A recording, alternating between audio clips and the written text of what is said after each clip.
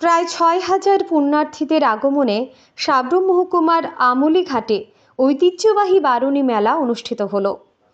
গীতা পাঠ থেকে শুরু করে ধর্মীয় অনুষ্ঠান সবই ছিল দিনভর। ভারত বাংলাদেশ সীমান্ত নদী ফেনীর চরে পুণ্যার্থীরা বারুণী স্নানের জন্য আসে। বারুণী মেলা কমিটির সহ সম্পাদক সাক্ষ্যেন আজ ২৭ মার্চ থেকে বারুণী স্নান ও মেলা শুরু হয় আমলি ঘাটে। এই মেলাকে সর্বাঙ্গীন সুন্দর করার জন্য সাব্রুম মহকুমার শাসক থেকে শুরু করে আমলিঘাট পঞ্চায়েত, ভারতীয় সীমান্ত রক্ষী বাহিনী এবং মেলা কমিটির সদস্যদের ঐকান্তিক প্রচেষ্টায় আমলিঘাট সন্ন্যাসী টিলায় বারুণী স্নান ও মেলা অনুষ্ঠিত হয়। আমি আমলিঘাট বারুণী মেলার সহ সম্পাদক। মেলার আমরা ২৭শে মার্চ ২০২৫ আমাদের বারুণী মেলার প্রোগ্রাম শুরু। বিএসএফ, এসডিএম, আরক্ষ প্রশাসন এবং মেলা কমিটি, আমলিঘাট পঞ্চায়েত সবার সহযোগিতায় আমরা এই মেলা শুরু করেছি। বারুণী স্নান করতে এসে পুণ্যার্থীরা অনেকে জানান তাদের প্রতিক্রিয়া। এখান থেকে সবাই আধার কার্ড নিয়ে আসতে হয়। তো আধার কার্ড নিয়ে আসার পরে আমরা ওইখানে বিএসএফরা আছে, তাদের কাছে কার্ডটা জমা দিয়ে তারপর আমরা ভিতরে ঢুকি আর কি। মরণ দেবনাথ, বাড়ি কৃষ্ণনগর, কৃষ্ণনগর। এই জায়গাটার নাম কি? আমলিঘাট। এখানে বারুণী স্নান কত বছর ধরে? এটা ৬০-৬৫ বছরের জন্য দেখি যেত। অন্যদিকে এই আমলিঘাট বারুণী স্নানের প্রেক্ষাপট তুলে ধরেন সাব্রুমের প্রাক্তন বিদ্যালয় পরিদর্শক তথা কবি সাহিত্যিক প্রাবন্ধিক শ্রী অশোকানন্দ রায় বর্ধন।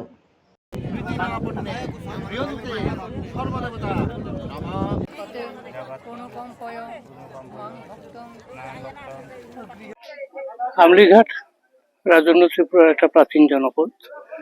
নানা দিক দিয়ে এই জায়গাটার একটা পরিচিতি রয়েছে। রাজন্য আমলে এটা একটা রাজস্ব আদায়ের কেন্দ্র ছিল, ত্রিপুরার সর্বশেষ সীমা। এরপরেই চাকলা রোশনাবাদ অঞ্চল, চাকলা রোশনাবাদ ইংরেজের অধীনে ছিল, আর পার্বত্য ত্রিপুরাটা ত্রিপুরা রাজাদের অধীন ছিল। যৌথভাবে এখানে খাজনা আদায় করা হতো। বনজ সম্পদ যখন ভাটি বাংলার দিকে যেত সে সময় এখানে খাজনা আদায় করা হতো। খাজনা ১০ আনা ৬ আনা ভাগে ইংরেজ সরকার এবং ত্রিপুরা রাজ সরকারের মধ্যে বাটোয়ারা হতো। এছাড়া মনসা মঙ্গলের যে মিথ রয়েছে বা পুরাণ কাহিনী রয়েছে তার সঙ্গে এই অঞ্চলের কিছু কিছু স্থান নামের সঙ্গে মিলে। যেমন বর্তমানে বাংলাদেশে পড়ে গেছে যেখানে দিঘিটা রয়েছে, সেই দিঘির উল্টো দিকেই চম্পকনগর গ্রাম, সেই গ্রাম থেকে পরে গেলে কালীদহ। আর এখানে বর্তমানে যে মেরুকুম অঞ্চলটা সেটাকে বলা হচ্ছে সাহেবেনের বাড়ি, অর্থাৎ দেহুলার বাপের বাড়ি। আর আমলিঘাটের যে দিঘিটা রয়েছে সেখানে বলা হচ্ছে চাঁদ সদাগরের বাড়ি। একসময় এই দিঘিটাতে একটা নৌকার গলুইয়ের মতো কিছু জলের মধ্যে প্রথিত অবস্থায় দেখা গিয়েছিল। অনেকদিন ছিল, ৭০ দশকের শেষ দিকেও আমি এটা লক্ষ্য করেছি। সেখানে এখানকার মহিলারা, মা বোনেরা প্রদীপ এবং মোমবাতি জ্বালাতেন। তারা মনে করতেন যে চাঁদ সদাগরের নৌকোটা এখানে ডুবে গিয়েছিল, সেই নৌকোর গলুই এটা। এছাড়া শমশের গাজীর কিল্লাও এখানে রয়েছে। সপ্তদশ শতাব্দীর একজন দুর্ধন্য প্রতাপ ব্যক্তিত্ব শমশের গাজী ত্রিপুরা রাজার সঙ্গে সংঘর্ষে লিপ্ত হয়ে ত্রিপুরা রাজাকে এই এলাকা পরিত্যাগ করতে বাধ্য করেছিলেন। এরকম বিভিন্ন ঘটনার সঙ্গে এই আমলিঘাট জড়িত। আর আজকে আমরা যে সন্ন্যাসী টিলায় দাঁড়িয়ে রয়েছি, এই সন্ন্যাসী টিলারও একটা মিথ রয়েছে। এখানে একজন সন্ন্যাসী যিনি ধ্যান করতেন, নির্জনে থাকতেন, তার নাম ধরে এটা নাম হয়েছে সন্ন্যাসী টিলা। আর লক্ষণীয় হলো এই টিলায় ইতস্তত বিক্ষিপ্তভাবে বহু বেলগাছ ছড়িয়ে রয়েছে, যে বেলগাছটা কেউ লাগায়নি, প্রাকৃতিকভাবে এখানে উঠেছে এবং সবসময় এই বেলগাছ এখানে বেঁচে থাকে। আর বেল হলো শিবের অবস্থানের জায়গা, শিব বেলপাতাতেই সন্তুষ্ট হন এবং এখানে মন্দিরটাও রয়েছে শিবের মন্দির।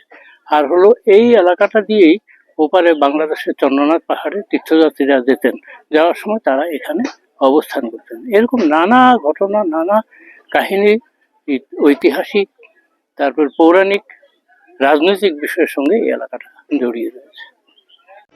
Bureau report, digital Tripura.